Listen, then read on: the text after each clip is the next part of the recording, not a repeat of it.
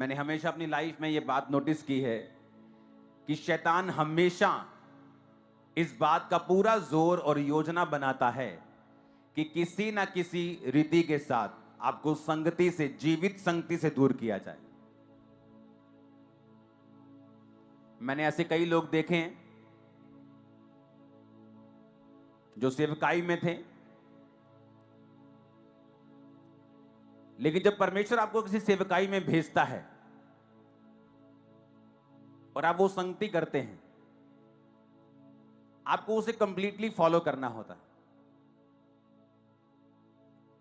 मैं अपने घर में रह के अपने पड़ोसी के घर का सिस्टम फॉलो नहीं कर सकता।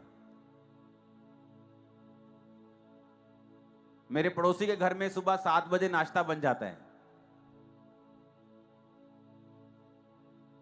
लेकिन उसका लंच लेट बनता है। लेकिन मेरे घर में मान लो नाश्ता अगर 9 बजे बन जाता है तो लंच 1 बजे बन जाता है, तो उसका लंच लेट है, मेरा नाश्ता लेट है। कितने मेरी बात को समझ रहे हैं? लेकिन हर एक सिस्टम अलग है, सेवकाई का वचन एक ही है। तो लोग जब उसे फॉलो नहीं कर पाते, आज एक अजीब सा केस मैं सुबह देख रहा था कि जब व्यभिचार के कारण या और रीति के कारण उनको सेवकाई से जब निकाला जाता है और उनकी फैमिलीज उन्हीं का साथ देती हैं, ये कह के कि हमारा बच्चा जो है बहुत सही है। और आज जब मैं उनको देखता हूं, उन भटके हुए लोगों को, और उनको, उनके माता पिता को भी मालूम है कि संगति से निकलने की वजह से उनका बच्चा टोटल शैतान की तरफ जा रहा है, संसार की तरफ जा रहा है। पूरी रीति के साथ संसारिक नहीं हुआ, क्योंकि अभी वो गर्मी से निकला है। धीरे धीरे जब कोयला निकाला जाता है अंगीठी से, तो वो कोयला गर्म ही होता है, लेकिन संगति ना होने की वजह से वो धीरे धीरे ठंडा होता है और एक दिन पूरा ठंडा हो जाता है। लेकिन अब वो फैमिलीज करें क्या? अब चर्च में आने से शर्म आती है, फिर क्योंकि 100 बातें बोल के गए थे, अब अंदर से मालूम हो चुका है कि नहीं वही जगह सही है, लेकिन अब आने में बेइज्जती महसूस होती है क्योंकि मैं अंदर, और उस मैं की वजह से वो अपने बच्चों को खत्म कर लेंगे फ्यूचर में, क्योंकि उनके बच्चे टोटल नरक की ओर जा रहे हैं। संगति इतनी इंपॉर्टेंट है जितनी आप समझ भी नहीं सकते। अगर मैं यहां हूं तो संगति की वजह से हूं। परमेश्वर ने 2004 और 5 में यह मेक श्योर किया कि मैं रोज संगति करूं क्रिश्चियन लोगों के साथ। अगर मैं रोज संगति ना करता और परमेश्वर को इतनी गहराई से ना समझता, मैं कभी भी सेवा में नहीं आ पाता। आपके पास 2 मौके होते हैं, आप थर्सडे संडे आप संगति कर सकते हैं। बाइबल वचन कहता है कि प्रेरितों के काम में कि वो तो रोज संगति करते थे, रोज इकट्ठा होते थे। आप इंटरनेट के जरिए से, प्रेयर माउंटेन के जरिए से थर्सडे संडे आप इकट्ठा हो सकते हैं। हालेलुया। अपने पड़ोसी को बोलो, जैसी संगति वैसी रंगती। ये कहावत मशहूर है और सही भी है। हालेलुया।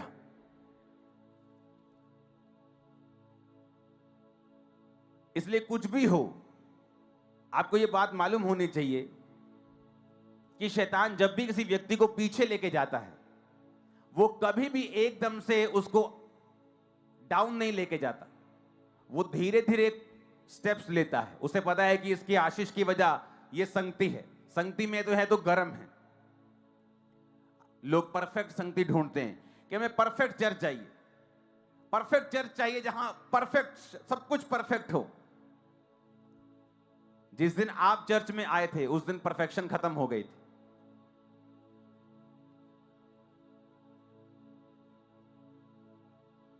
आपका मेंटर चाहे परफेक्ट ना हो, पर उसका जो मसा है वो परफेक्ट है। मैं आपको सच कह रहा हूं, जो अनॉइंटिंग है वो सब कुछ कर सकती है। हालेलुया। अब आपको यह समझ होनी चाहिए कि शैतान हर वो चीज, हर वो यंत्र, हर वो योजना बनाएगा कि सबसे पहले आपको जीवित संगति से दूर किया जाए, क्योंकि उसके बाद आपके माइंड को, आपकी लाइफ को एक्सपोज करना, उसमें एंटर करना, उसमें दखल देना उसके लिए आसान है, क्योंकि संगति में वो काम नहीं कर पाता।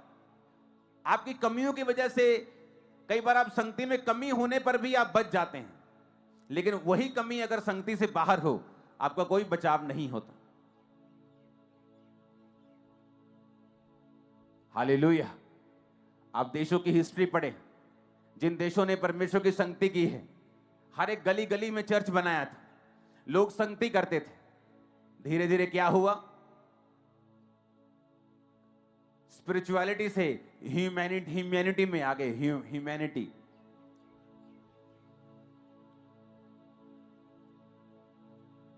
फिर क्या हुआ, जो क्रिश्चियन लोग थे उनका आत्मिक पतन होता गया। आत्मिक रूप से परमेश्वर से वो दूर होते गए, और परमेश्वर उन देशों को भी कम करता गया ब्लेसिंग में। आज उन देशों के ऊपर दूसरी कौमों का, अगर आप उनके चुनावों को देखेंगे, दूसरी कौमों को कब्जा है, दूसरे लोग जीत रहे हैं वहां पे क्रिश्चियन कंट्रीज के अंदर।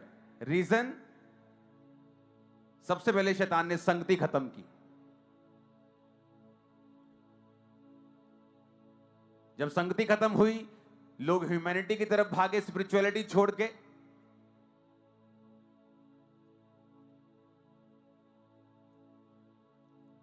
फॉरेन कंट्री में, मैं जब अमेरिका में एक पार्क में था, आई थिंक अमेरिका में था शायद, हाँ अभी पीछे हम अमेरिका में थे, कहाँ थे, जहां वो सब ढोल बजा के हिंदू हमारे भाई प्रचार कर रहे थे। अमेरिका में, कनाडा में, ऑस्ट्रेलिया में, हाँ ऑस्ट्रेलिया में, सॉरी ऑस्ट्रेलिया में। तो ऑस्ट्रेलिया में हम एक पार्क में थे, तो वहां पे जो हमारे हिंदू भाई हैं, तो वो ढोलकी बजा के अपना गाना गा रहे थे, प्रचार कर रहे थे। कोई उन्हें रोक नहीं रहा वहां, क्योंकि हर एक को अपना धर्म फॉलो करने की आजादी है। कितने मेरी बातों को समझ रहे हैं? तो मैं उनको देख रहा था कि किस तरह से वो जा रहे हैं, और कोई उनको कुछ नहीं कह रहा। जो स्पिरिचुअल लोग थे, जो क्रिश्चियन लोग थे, शैतान ने संगति से दूर करके उनके दिमाग में ये डाल दिया कि spirituality is not very big thing, humanity is very big thing. अगर वहां पे आप किसी गोरे को बोलोगे जाके किसी गोरे के घर में सुसमाचार दे, कहला नहीं नहीं मैं उसे डिस्टर्ब नहीं कर सकता, वो डिस्टर्ब हो जाएगा। तुम उसे डिस्टर्ब करने के चक्कर में, ना करने के चक्कर में, ह्यूमैनिटी के चक्कर में स्पिरिचुअलिटी को इतना लो कर लिया कि आज दूसरे लोग तुम पे कब्जा कर रहे हैं। अब संगति जब हटती है, इफेक्ट बहुत बड़ा होता है उसका, और संगति जब शुरू होती है, उसका असर भी बहुत बड़ा होता है। लाइफ में कुछ भी करो, निराश हो, दुखी हो, काम हुआ नहीं हुआ, संगति कभी मत छोड़ो। मैं आपको बता रहा हूं, थर्सडे टेस्टिमनी दी एक सिस्टर ने कि मैं आके थक गई, मुझे पक्का यकीन था 15-14 साल हो गया, बेबी नहीं होगा। आपने कहा पेट पे हाथ रखो, मेरे हस्बैंड ने कहा ओए पेट पे हाथ रख ला, कहनी मैं रखना, तू रख ला। उसने पेट पे हाथ रखा, उसके स्पर्म नील थे। तो पहले वो औरत बहुत अंदर अंदर कर्स करती थी कि हस्बैंड मेरा ये है वो है। जब दोबारा टेस्ट हुए तो उसके अंदर भी रिसॉली निकली, हस्बैंड की भी प्रॉब्लम निकली। कहती मैं चर्च आके थक गई, लेकिन परमेश्वर मेरी सुन नहीं रहा था। तो एक दिन आपने कहा कि हाथ रखो, मैंने हाथ भी नहीं रखा, लेकिन थी वो संगति में। अगर यही अविश्वास वो बिना संगति के घर में रह के दिखाती, उसके जीवन में कभी काम नहीं होता। शक तब पाप बनता है जब आप संगति छोड़ देते हैं। हर एक दिमाग में शक होता है कि मेरा ये काम प्रभु कर सकता है कि नहीं। मेरे दिमाग में भी ये होता था, मुझे मालूम था मेरा काम बहुत बड़ा है, और मुझे ऐसा 99.99% ऐसा अंदर से विश्वास था कि मेरा काम नहीं होगा। होगा नहीं होगा। पर एक बात थी मेरी लाइफ में, रोज संगति, रोज प्रेयर, रोज बाइबल, रोज फास्टिंग मैंने छोड़ी नहीं। तो परमेश्वर ने मेरे विश्वास को मेरे अंदर के शक से नहीं समझा, मेरे विश्वास को उसने कर्मों से समझा है। परमेश्वर ने मेरे कर्म देखे कि अविश्वास कर्मों से नजर आता है, इसलिए कहते हैं कि विश्वास कर्मों से होता है। दुष्ट आत्मा भी विश्वास करता है कि यीशु प्रभु और थर थर आता है, तो क्या वो विश्वासी बन गया? लिखा, तू अपना विश्वास बिना कर्मों के दिखा, मैं अपना विश्वास अपने कर्मों से तुम्हें दिखाऊंगा। तो कर्मों से विश्वास दिखाया जा सकता है। तो दिमाग में क्या है, कोई प्रॉब्लम नहीं। कर्म क्या है कि तुम चर्च में हो, कर्म क्या है तुमने संगति नहीं छोड़ी, कर्म क्या है तुम शैतान के सामने झुके नहीं। और उस औरत ने हाथ नहीं रखा, उसके हस्बैंड ने हाथ रखा। अगले महीने वो प्रेग्नेंट थी। और जीसस, टेस्टिमनी देखना थर्सडे, तुम्हारे रूह कंडे खड़े हो जाएंगे, तुम्हारे गूज़बम्प आ जाएंगे। मैं आपको बता रहा हूं, तुम शॉक्ड हो जाओगे। स्पर्म हस्बैंड के नील, जीरो, कम नहीं, जीरो। रसौली वाइफ के 14 साल, 1 घंटे की प्रेगनेंसी नहीं, लेकिन संगति नहीं छोड़ी। शैतान ये कोशिश करता है कि अगर आपकी हीलिंग रोकनी पड़े उसे, अगर उसे मालूम हो जाएगी अगर आपकी हीलिंग रुकती है तो आप संगति छोड़ सकते हैं, वो मेक श्योर करेगा कि आपकी हीलिंग ना हो। अगर शैतान को मालूम हो जाए कि ये बंदा डरपोक है, अगर इसकी फैमिली इसके खिलाफ खड़ी हो जाएगी तो ये घुटने टेक देगा और संगति छोड़ देगा। वो मेक श्योर करेगा आपकी फैमिली आपके खिलाफ खड़ी हो और आपकी संगति रुक जाए। हालेलुया। इसलिए कहते हैं संगति अगर आप करते रहेंगे, आपकी लाइफ कभी भी सेम नहीं रहेगी। दिमाग में क्या चल रहा है कोई मायने नहीं रखता। संगति करते रहो, प्रार्थना करते रहो, लाइफ सेम नहीं होगी। और खुदावंद काम करेगा, अपने समय से करेगा, 100% करेगा। आमीन। टेंटों के ऊपर जाना चाहिए। Hallelujah, hallelujah. मैंने देखा है बहुत सारे लोग जब संगति से निकलते हैं बुड़बुड़ कर जाते हैं, और बाद में जब परमेश्वर डंडा उठाता है और घर में गड़बड़ी शुरू होती है और शैतान काम करने लगता है, अब उसी संगति में आने में वो शर्माते हैं। उनको लगता है बेइज्जती होगी कि 4 लोगों के सामने मैं कुछ और बोल के गया था, लेकिन मुझे मालूम नहीं था परमेश्वर चाहता है मैं वहीं जाऊं, पर किस मुंह से जाऊं। बाइबल कहती है, ये वचन मैंने थर्सडे सुनाया था, आप थर्सडे पहला पार्ट सुनेंगे। दूसरा पार्ट में शुरू करूंगा सारपत की विधवा से, जहां एलिया गया। और वचन कहता है कि उस विधवा के पास जब वो पहुंचा तो उसने कहा 10 आयत में, वे वहां से चल दिया और सारपत को गया और नगर के फाटक के पास पहुंचकर क्या देखा कि एक विधवा लकड़ी बीन रही है, और उसको बुलाकर कहा किसी पात्र में मेरे पीने को थोड़ा पानी ले आ। वो लेने जा रही थी, उसने कहा अपने हाथ में एक टुकड़ा रोटी भी लेके आती रहना। उसने कहा तेरे प्रभु की शपथ, मेरे पास एक भी रोटी नहीं, केवल घड़े में मुट्ठी भर मैदा और कुप्पी में थोड़ा सा तेल है, और मैं लकड़ी बीन कर लिए जाती हूं कि अपने और बेटे के लिए मैं उसे पकाऊं और उस रोटी को हम खाएं और उसके बाद फिर हम मर जाएं। एक नबी जिसने राजा के सामने कहा मेरे कहे बिना ना बारिश आएगी ना ओस पड़ेगी, क्योंकि बाइबल कहती है वो प्रभु के सामने उपस्थित रहता था। संगति, फिर से बोलो संगति। क्या एलिया का बैकग्राउंड था? तिशबी एलिया। कोई मां नहीं बताया, बाप नहीं बताया, कहां से आया, क्या काम करता था, क्या बिजनेस करता था, कुछ नहीं बताया। लेकिन सिर्फ यह लिखा कि प्रभु के सामने कहता मैं उपस्थित रहता हूं। अगर आप संगति करें और प्रभु के सामने उपस्थित रहें, प्रेयर करें, संगति करें, तो वचन यह कहता है आपकी बैकग्राउंड कोई भी हो, आप किसी जाति से हो, छोटे से हो, बड़े कुल से हो, काले हो, नाटे हो, छोटे हो, कोई फर्क नहीं पड़ता। आप राजाओं के सामने जाओगे, बड़े लोगों के सामने खड़े किए जाओगे, बड़े बड़े काम करोगे। आमीन। मेरे को ऊंचे वाला चाहिए। लेकिन संगति, फिर से ऊंची आवाज में बोलो। इसका सीक्रेट था संगति। बैकग्राउंड मायने नहीं करती, गरीबी मायने नहीं करती, पीछे क्या हुआ मायने नहीं करता। कहता अब जिसके सामने, प्रभु के सामने मैं उपस्थित रहता हूं, अब उसकी शपथ मेरे कहे बिना, पूरी जिम्मेवारी अपने पे ली। दलेरी थी उसकी लाइफ में, डर नहीं था, कारण था संगति। हालेलुया। अब यहां पे एलिया कहता है कि मेरे लिए रोटी ले आ, और वो क्या कहती है? वो कहती है कि मेरे पास रोटी नहीं है। एलिया कहता मत डर, इस बात के अनुसार जाके कर, मेरे लिए रोटी बना के लेके आ और उसके बाद अपने बेटे के लिए बनाना, क्योंकि इज़राइल का परमेश्वर यहोवा यूं कहता है कि जब तक यहोवा भूमि पर मेंह ना बरसाएगा, ना घड़े का मैदा समाप्त होगा, ना कुप्पी का तेल। अगर आप प्रभु की महिमा देखना चाहते हो तो आपको अपनी मैं को साइड पे रखना होगा। यहां पे एलिया बोल सकता है प्रभु से कि प्रभु मैं इतना बड़ा नबी हूं, मेरे द्वारा तूने आकाश बंद करके रखा है, पूरा देश सफर कर रहा है, बारिश नहीं आ रही, मैं इतना बड़ा नबी हूं कि मुझे कौवों ने अभी खाना खिलाया, लेकिन मैं एक औरत से कैसे रोटी मांग सकता हूं? औरत क्या बोलेगी?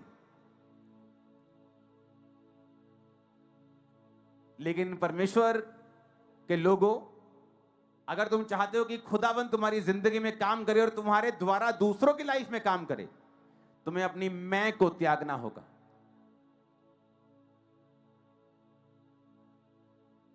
अपने अहम को त्यागना होगा। अगर तुम्हें लगता है कि तुम्हें बेइज्जती करवा के भी एक अच्छी संगति मिल जाए तो तुम्हें 10 बार करवा लेनी चाहिए और संगति नहीं छोड़नी चाहिए। मैं सच कह रहा हूं, क्योंकि नरक जाने से और अपने बच्चों को नरक जाते हुए देखने से अच्छा ही है। और शैतान एकदम से कुछ नहीं करता, वो धीरे धीरे करता है। आपको पता है कि वो धीरे धीरे की शुरुआत हो गई आपके फैमिली में, और आप उसे रोक सकते हैं।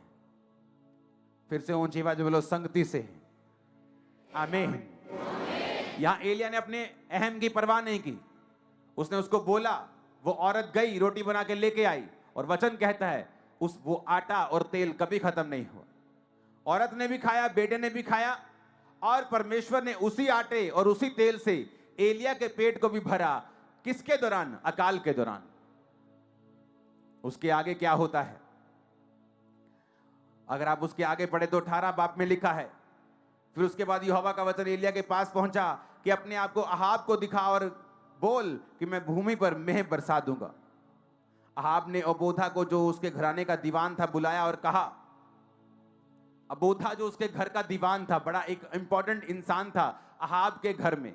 अहाब राजा था और दुष्ट था, परमेश्वर से दूर था, और उसने अबोधा को बुलाया और कहा, जा अपने मालिक को बोल कि मैं तुझसे मिलना चाहता हूं, उसे भेज, क्योंकि परमेश्वर ने कहा कि मैं बारिश बरसा दूंगा।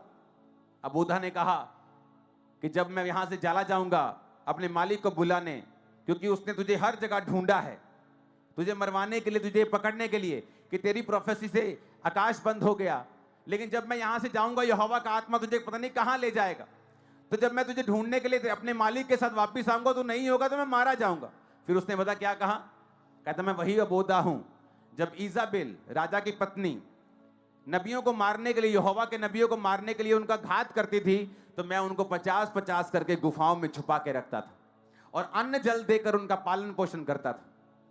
मैं आपको ये बात बताना चाहता हूं, ये एक प्रोफेटिक मैसेज, कि कोई भी जितना मर्जी आप पे परसिक्यूट आपको कर ले, सता ले, वो सरकारें कैसी भी हों, लेकिन एक बात याद रखना, बहुत से अबोधा अभी भी हमारे साथ हैं और आपके साथ हैं, और परमेश्वर हमेशा अबोधाओं को रखता है। मैं आपको बता रहा हूं, अगर उसने आपको अपने पास बुलाया है, आपका परिवार आपका विरोधी है, तो चिंता मत करें, कोई डिवाइन हेल्पर भी आपको मिल जाएगा। अगर आप चलते रहेंगे, यहोवा से मुख नहीं मोड़ेंगे, बाइबल कहती है वो नबी प्रभु से मुख नहीं मोड़ा, मरते तो मर जाए, लेकिन वचन कहता है अबोधा ने उन्हें 50-50 करके गुफाओं में रखा, छुपा के रखा, अन्न जल देकर उनकी पालना और पोषण करता रहा। जब तक कि ईजाबेल और अहाब मर नहीं गए, तब तक वो उनकी पालन पोषण करता रहा। परमेश्वर ये बताता है, तुम्हारी परिस्थितियां कितनी भी खराब क्यों ना हो, परसिक्यूशन कितनी भी बड़ी क्यों ना हो, लेकिन वो एलिया का परमेश्वर, वो आपका और मेरा परमेश्वर अब भी अबोधाओं को रखता है, जगह जगह जगह जगह जगह जगह, इन जीसस ने। हालेलुया। मेरे पास्टर्स भाइयों को हियाव नहीं खोना है, यूपी में, बिहार में हियाव नहीं खोना है। परमेश्वर अबोधाओं को तुम्हारे साथ रखेगा और वो भेजेगा हेल्पर्स को इन जीसस नेम। आमीन। मेरे को ऊंचे वाला चाहिए चर्च। हालेलुया। ऊंची आवाज में हालेलुया बोलो। हमें एलिया से बहुत कुछ सीखने को मिलता है। पहली बात, उसकी लाइफ में संगति, परमेश्वर के साथ संगति, उसके सामने उपस्थित रहना। और वचन कहता है ऐसे अबोधा, ऐसे सरकारी लोग जिनको परमेश्वर ने संभाल के रखा हुआ था कि वो उसके लोगों की मदद करें, वो आपकी लाइफ में ऐसे लोगों को भेजेगा। आमीन। छोटा है ये बात प्रूफ करती है कि परमेश्वर डिवाइन हेल्पर्स भेजता है, वो इंतजाम करता है, वो आपको अकेला नहीं छोड़ता, वो आपको दुखों में नहीं छोड़ता, वो आपके इंतजामों को करता है और वो करेगा आपके परिवारों के इंतजाम। आपकी शादियां स्वर्गदूतों की सप्लाई से होंगी इन जीसस ने। आमीन। मेरे को ऊंचे वाला चाहिए चर्च। Hallelujah, hallelujah. वचन कहता है फिर जब अबोधा की बात सुन के एलिया ने कहा कि ठीक है, तू एक अच्छा आदमी है, लेकिन मैं यहोवा की सौगंध खाता हूं कि तू चला जा, राजा को बोल दे मैं यहां से नहीं जाऊंगा। और राजा आया और एलिया ने कहा जा अपने सारे अशेरा के और बाल के 400 और 450, 850 नबियों को इकट्ठा कर ले और मेरे पास इस पर्वत पर इकट्ठा कर ले। और बाइबल कहती सब नबी इकट्ठा हुए। एलिया ने चैलेंज किया कि जो आग उतार कर उत्तर देगा वही परमेश्वर होगा। तुम भी अपनी वेदी बनाओ, मैं भी अपनी वेदी बनाता हूं, तुम भी उस पे भेंट रखो, मैं भी भेंट रखता हूं, जो आग उतार के उत्तर देगा वो सच्चा परमेश्वर होगा। सब बोले ठीक है। बाल और अशेरा के नबी लगे रहे, कुछ नहीं हुआ। एलिया उनका मजाक उड़ाता रहा। उसके बाद एलिया की बारी आई तो वचन कहता है एलिया ने याकूब के पुत्रों की गिनती के अनुसार, पहला राजा 18 उसकी 31 आयत, जिस पर यहोवा का वचन आया था कि तेरा नाम इज़राइल होगा, 12 पत्थर छांटे। उन पत्थरों से यहोवा की एक वेदी बनाई और उसके चारों ओर गड्ढा खोदा कि 200 बीज समा सके। ऊंची आवाज में हालेलुया बोलो। 30 आयत में बढ़ेंगे। एलिया ने सब लोगों से कहा मेरे निकट आओ, और सब लोग उसके निकट आए और तब उसने यहोवा की वेदी जो गिराई गई थी मुरम्मत की। वेदी का मतलब है प्रार्थना का जीवन, संगति का जीवन। इजरायली लोग दुखी इसलिए थे क्योंकि वेदी जो थी वो टूटी हुई थी। आज जब लोग सताव आता है, परमेश्वर से अपना नाता हटा लेते हैं। अपने पिंड तो चर्च आना बंद कर देंगे कि पिंड वाले को स्कैन ना दे। और इसलिए वचन कहता है कि शैतान ने उनके ऊपर कब्जा किया हुआ था। और वचन क्या कहता है कि जब एलिया को मालूम था कि मुझे परमेश्वर की आग उतरती हुई चाहिए तभी ये लोग विश्वास करेंगे, उसने टूटी हुई वेदी की मुरम्मत की। टूटी हुई वेदी की मुरम्मत करने का मतलब है अपनी जिंदगी को परमेश्वर के सामने सही करना और प्रार्थना का जीवन अपनाना। और वचन कहता है फिर उसने भेंट रखी, बछड़े को रखा, पानी दिया यानी बैप्टिज्म दिया, और उसके बाद उसने प्रार्थना की। 36 आयत में लिखा फिर भेंट चढ़ाने के समय एलिया नबी समीप जाकर कहने लगा, हे अब्राहम, इसहाक, इज़राइल के परमेश्वर यहोवा, आज ये प्रकट कर कि इज़राइल में तू ही परमेश्वर है और मैं तेरा दास हूं और मैंने ये सब काम तुझसे वचन पाके किए हैं। बड़े समझने वाली ये बात है। एलिया कहता, हे परमेश्वर, आज ये प्रकट कर कि इज़राइल में तू परमेश्वर है और मैं तेरा दास हूं। मैं तेरा क्या हूं और मैंने ये काम तुझसे वचन पाके किए हैं।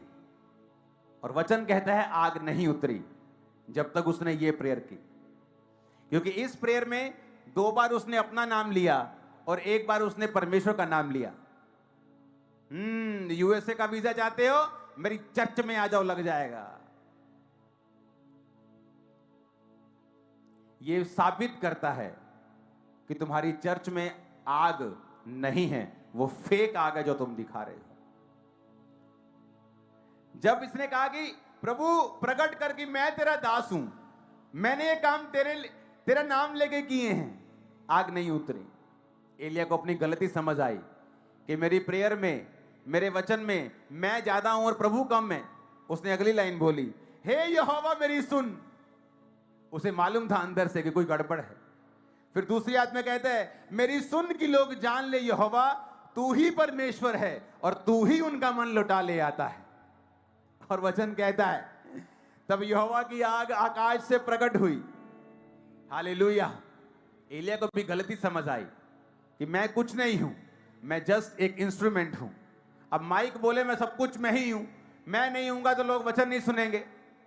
माइक कुछ नहीं है, मैं बोल रहा हूं। कितने मेरी बात को समझ रहे हैं? उसी तरह से हम परमेश्वर के हाथों में एक माइक है। सिर्फ माइक नहीं कह सकता कि मेरी वजह से लोग सुन रहे हैं। माइक सिर्फ एक इंस्ट्रूमेंट है जिसने अपने आप को यूज करने के लिए अपनी मर्जी से अपने मालिक के हाथ में दिया हुआ है। हालेलुया। और जब आग नहीं उतरी पहली प्रार्थना के बाद, ये बरकत चाहिए, मेरी चर्च में आ जाओ। एलिया कहता, प्रभु जान ले लोग मैं ही तेरा दास हूं, जान ले मैंने ये काम तेरा वचन वागे किए हैं। कोई आग नहीं उतरी। जब एलिया देख रहा था कि कोई आग नहीं उतरी, उसने फिर प्रार्थना की, हे यहोवा मेरी सुन, तू बता इनको कि तू ही परमेश्वर है और तू ही इनका मन लौटा ले आता है, कि तू ही तू, सब कुछ तू ही तू है। लिखा आग उतरी। आज आग उतरेगी आपकी लाइफ के अंदर। किन लोगों की लाइफ में आग है? जिन लोगों ने संगतियों को नहीं छोड़ा है, जिन लोगों ने परमेश्वर के वचन को नहीं छोड़ा है, जिन्होंने अपनी मैं को नहीं देखा है। मैं जानता हूं अपने स्पिरिचुअल फादर के पास जब मैं जाता था तो 10 दिन में से 7 दिन तो मेरी क्लास लगती थी, क्योंकि यहां से मैं चाहता था कि बड़ा पास्टर, सब लोग मेरे पीछे आगे, लेकिन वहां माहौल चेंज होता था। हालेलुया। तो परमेश्वर ने मुझे सिखाया हम्बल रह के किस तरह से बरकतों को लेना है। कोई एक तो हो जो तुम्हारी बेइज्जती कर सके, कोई एक तो हो जो तुम्हें सिखा सके, कोई एक ऐसा तो हो जो तुम्हें मार सके, डांट सके, तुम्हें सीधा कर सके। कितने मेरी बातों को समझ रहे हैं? जिसने बाप की डांट को नहीं खाया है, लोगों ने उन्हें लताड़ा है। जिसने बाप की डांट खाई है, वो लोगों में हीरो बना है। मैं सच कह रहा हूं। हालेलुया। बाइबल कहती है, धर्मी मुझे मारे तो मेरे सिर का तेल ठहरेगा। मुझ पे कृपा गिनी जाएगी अगर धर्मी मुझे मारे। अगर धर्मी आपको करेक्ट करेगा, आपकी जनरेशन वो सीधी कर देगा, फाइनेंस वो सीधे कर देगा, लाइफ वो सीधी कर देगा। अगर धर्मी मारेगा तो धर्मी का मारना संसारिक मारने से अलग है। धर्मी तुम्हें फ्यूचर दिखा रहा है, फ्यूचर दिखा के तुम्हें सेट करके मार रहा है। कितने मेरी बातों को समझ रहे हैं? एलिया को गलती समझ आई कि भाई साहब मैं करना बकरी की तरह बंद करूं मैं। इसलिए परमेश्वर ने कहा, बकरियां मेरी बाहिनी हाथ खड़ी होंगी। क्या करती है बकरी? क्या करती है? ऊंची बोलो। नहीं ऊंची, ऐसे नहीं खिलार के बोलो, मैं ऐसे बोलो। तो वो पास्टर जो मैं करते वो क्या है फिर? बकरियां हैं। क्या है? जो मैं करते हैं। बरकत चाहिए, मैं आशीष चाहिए, मैं मेरी चर्च, बरकत चाहिए, आज जाओ। बकरियां हैं वो। यहां पे गिफ्ट काम कर रहा है, लेकिन वो सारा कुछ खुदा कर रहा है। वो जब तक चाहेगा तब तक होगा। कितने मेरी बात को समझ रहे हैं? एलिया को ये गलती समझ आई, क्योंकि आग असली उतारनी थी। आजकल फेसबुक वाली प्रोफेसी वाली तो आग उतारनी नहीं थी, तो उसे कमी समझ आई कि भाई साहब मैं अपना नाम 2-3 बार ले लिया हूं। अब कहता, प्रभु सुनो 18 इस आयत को, 37 आयत को देखो स्क्रीन पे। कहता, हे यहोवा, अब आ गया लाइन के ऊपर। कहता, मेरी सुन कि लोग जान ले हे यहोवा कि तू ही परमेश्वर है और तू ही उनका मन लौटा ले आता है। मेरी छोड़। अपने आप को सीन से खत्म कर दिया, आप अपने आप को सीन से हटा दिया।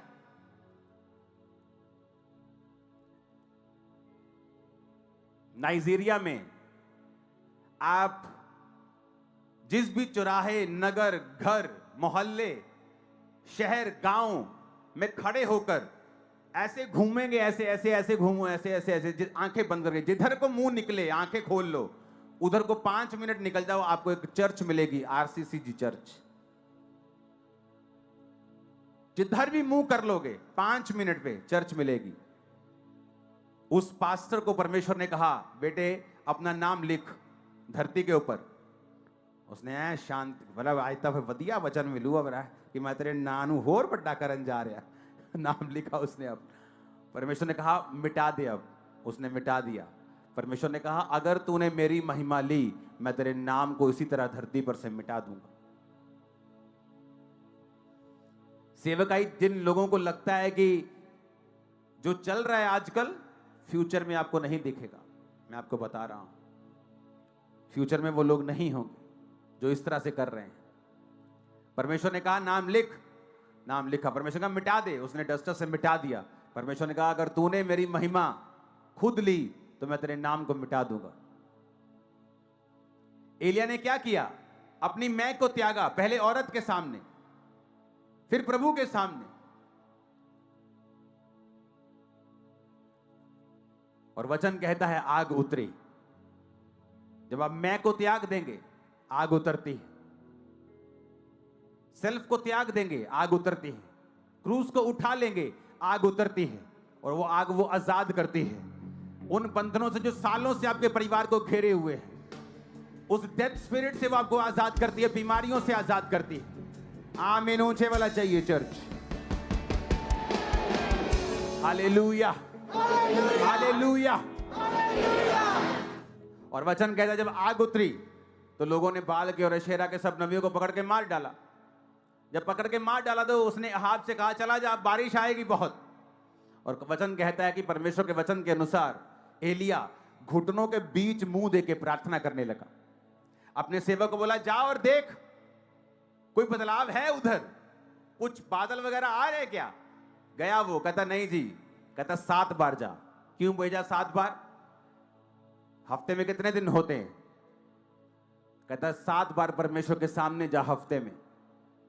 सोमवार, मंगलवार, बुधवार, वीरवार, शुक्रवार, शनिवार, एतवार, फिर सोमवार, एक भी छुट्टी नहीं। मैं सेवकाई से छुट्टी कर लेता हूं 2 दिन के लिए, लेकिन प्रेयर से मैंने कभी छुट्टी नहीं की। मैं बाहर हूं, अंदर हूं, घूमने गया हूं, प्रेयर करने गया हूं, क्रूसेड करने गया हूं, जो भी करने गया हूं, सेवकाई से 1 दिन छुट्टी ले सकता हूं, लेकिन प्रेयर से मेरी 1 दिन भी छुट्टी नहीं है। इसलिए एलिया ने कहा 7 बार जा। और लिखा जब वो गया तो उसे मुट्ठी भर बादल दिखाई दिया। जब आप प्रेयर नहीं छोड़ते हैं, एक चेंज आपकी लाइफ में आता है। और वचन कहता है वो मुट्ठी भर बादल जल्दी बादलों में, बड़ी गहराई में, गहरे बादलों में बदल गया। जब आप प्रार्थना नहीं छोड़ेंगे, एक नई बारिश आपका इंतजार कर रही है इसी साल इन जीसस ने। नहीं, मेरे को 7 बार आमीन चाहिए।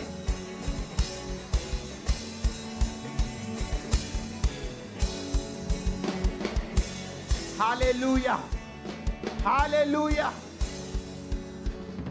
कहता 7 बार जा। वचन पढ़ेंगे। अहाब जब खाने पीने चला गया 42 आयत में, एलिया करमेल की चोटी पर चढ़ गया, भूमि पर गिरकर अपना मुंह घुटनों के बीच किया, अपने सेवक से कहा चढ़कर समुद्र की ओर दृष्टि करके देख। तब उसने चढ़कर देखा और लौट कर कहा कुछ नहीं दिखता। एलिया ने कहा 7 बार जा।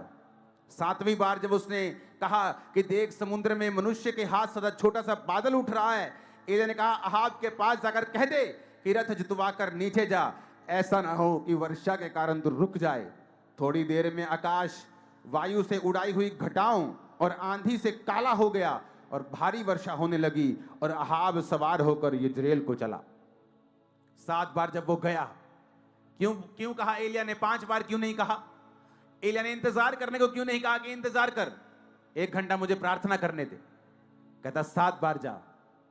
इस एलिया की स्टडी को जब हम बाइबल कॉलेज में करवाते हैं, इसका एक मकसद होता है। जिन जिन लोगों ने खुदा से बात की है और जिन जिन लोगों ने खुदा से बात रिसीव की है और पॉजिटिव बात रिसीव की है और असाइनमेंट रिसीव की है, हम उनके जीवनी को बाइबल कॉलेज में बड़े डिटेल से पढ़ते हैं। और बाइबल क्या कहती है कि यहां पर उसने कहा 7 बार जा, जिसका मतलब है कि तुम्हें 7 बार, रोज सोमवार, मंगलवार। लेकिन जब वो 7वीं बार गया, जब उसने छोड़ा नहीं जाना, खटखटाना छोड़ा नहीं, काम छोड़ा नहीं तो वो सेवक डिस्करेज हो सकता था कि यार क्या धूप इतनी है, क्या 7 बार जाओ ऊपर फिर 7 बार, ये क्या यार, क्या असाइनमेंट दी है मुझे, क्या थकाने वाला काम दिया है फालतू का।